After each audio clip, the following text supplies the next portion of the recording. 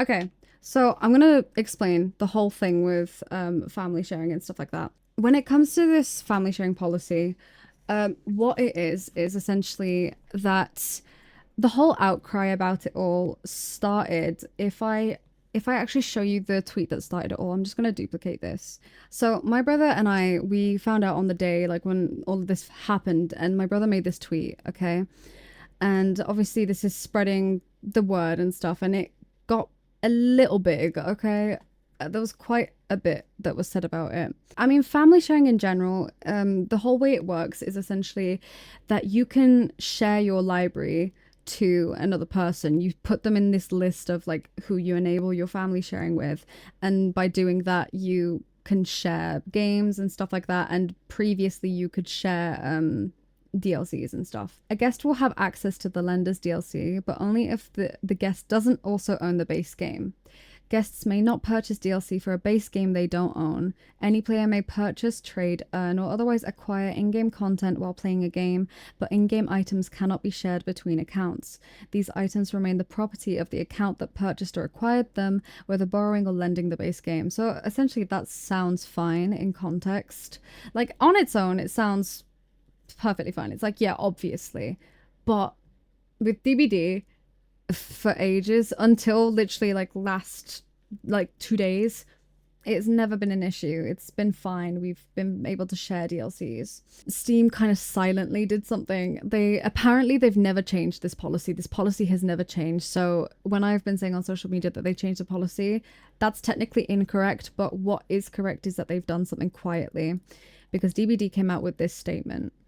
Following Steam's weekly maintenance on Tuesday, players borrowing DLC characters via Steam Family Sharing feature reported losing access to these shared characters, leaving only the DLC owner with access. This change is in accordance with Steam guidelines. If both players own the base game, DLCs are not allowed to be shared through family sharing.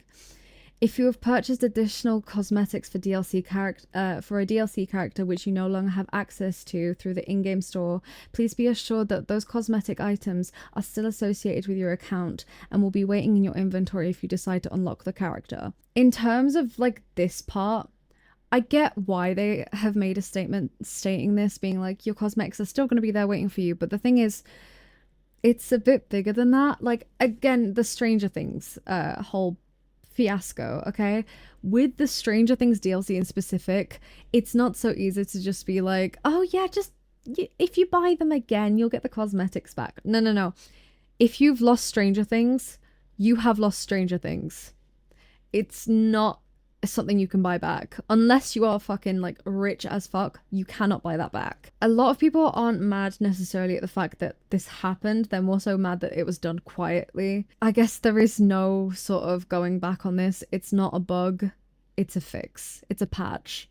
So there is no getting these DLCs back easily. I won't be getting Stranger Things back, which sucks, but I guess I kind of went through it yesterday and I kind of took the L and was like, okay, whatever, that happened. It's cool. If I even go so far as to show you like how much the Stranger Things DLC goes for.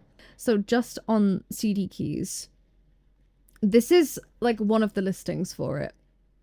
When I bought the Stranger Things DLC, it was going for $17.99. DLCs now usually go anywhere between like £5 to sometimes 10, 11. Some of them are like packs, so they're a bit more expensive. But when I bought this, I bought it like third-party website. I bought it from here because I was like, you know, it was removed from the Steam store. And it was £17.99. This is insane. Like, nobody can afford this. I'm sorry, but like, nobody can afford to pay £200 to get 2 in-game characters back or 3 in-game characters back. Like, that's absurd.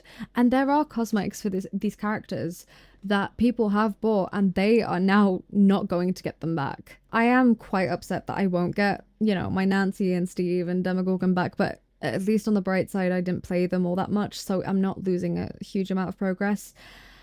What isn't cool is the fact that I'm losing 21 characters. And now it's confirmed I won't get them back. They are not something I can just wait for it to be fixed. No, I have to buy them back. Which I get.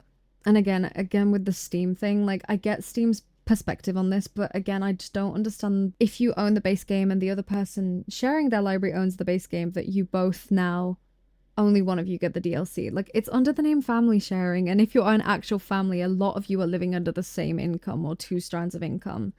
So wait, if you were to make a new Steam account, have a family share with your brother, you'd have access to all the DLCs as long as you don't buy the base games. Yeah, essentially. But the thing is with family sharing is it sounds great. It sounds like, oh yeah, now we can just play whatever games from each other's library. No, no, no. There are things to this. If my brother plays that game, if he plays Dead by Daylight and I don't own the base game and I want to play it, I can't play it until he's gotten off of it, and then I can play it. I've also had like things happen where it's been like he's playing a game on his library and I'm trying to play a game from his library and I can't play it. Sometimes it happens, sometimes it doesn't. It just means that, like, yeah, you can share libraries, but fuck you if you want to use DLCs. You can't play together using the DLCs. And it's really sad, and I feel really sorry for a lot of people that spent a lot more money on this game. I'm not exactly super choked up about it. I was yesterday because it was kind of a shock to the system coming onto a game that I really love so much, and to see like everything gone, especially all the characters that I main.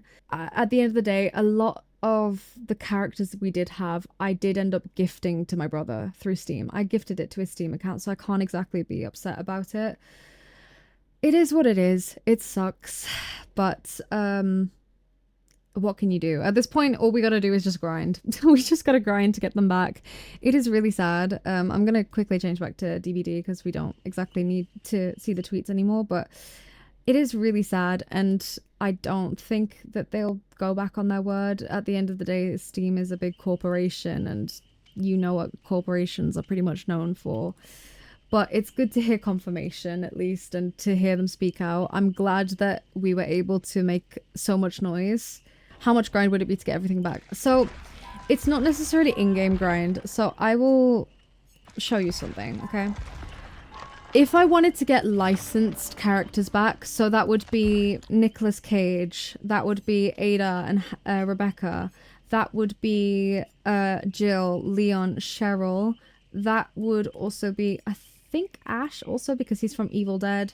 That would be the Saw characters. I think all of those you cannot get through in-game currency. You have to pay for them with real money. Because obviously, like, I could grind to get some of these characters back, but it's not exactly so easy. I have 11,000 iridescent shards, okay? A lot of those I've been, like, keeping and hoarding.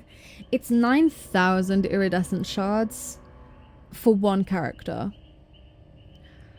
Now, yes, you can technically get these characters by playing the game and using in-game currency. However, it's just not realistic.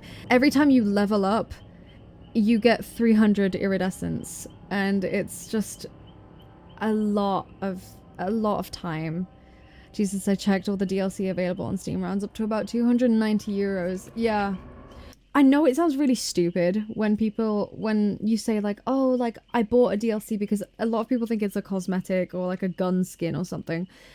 It's so different in this game. It's so different. It changes the quality of the game, like perks and stuff. So like different characters have different perks and stuff. And luckily, like, I prestiged a bunch of these characters. When I calculated about how much it would cost me to buy the DLCs back that I'd lost, it estimates to around 80 to 90 pounds. So it is a lot of money, and it's money I don't have. I just don't understand it when it's like a concept like family sharing and you have it in the name through family. Like, I get it. A lot of people abuse the feature. But when it comes to like literal families and they're sharing like streams of income, that's when it becomes like a bit of an issue, where it's like sharing kind of is necessary because you're literally in the same family. I would also be upset because it's called family sharing, but also kind of, yeah, exactly. Like, because like I get the concept, but like punishing those who, I mean, I don't know if punishing's the right word, but like it kind of feels like it when it's like, oh yeah, like you can share games, you can share all the games you want, but if you buy the base game that the other person also has the base game of, especially if it's multiplayer, God forbid you use the same DLC. Like, something about that doesn't sit right with me because really don't think that Steam is losing money from DLC sharing. I really don't. I'm sure that they're not losing money from DLCs being shared. Like, surely you'd be losing more money from sharing games. Like, there's games that are like £80 and that people are sharing. This makes it sound like we should go back to buying actual discs instead of digital copies. I know, honestly.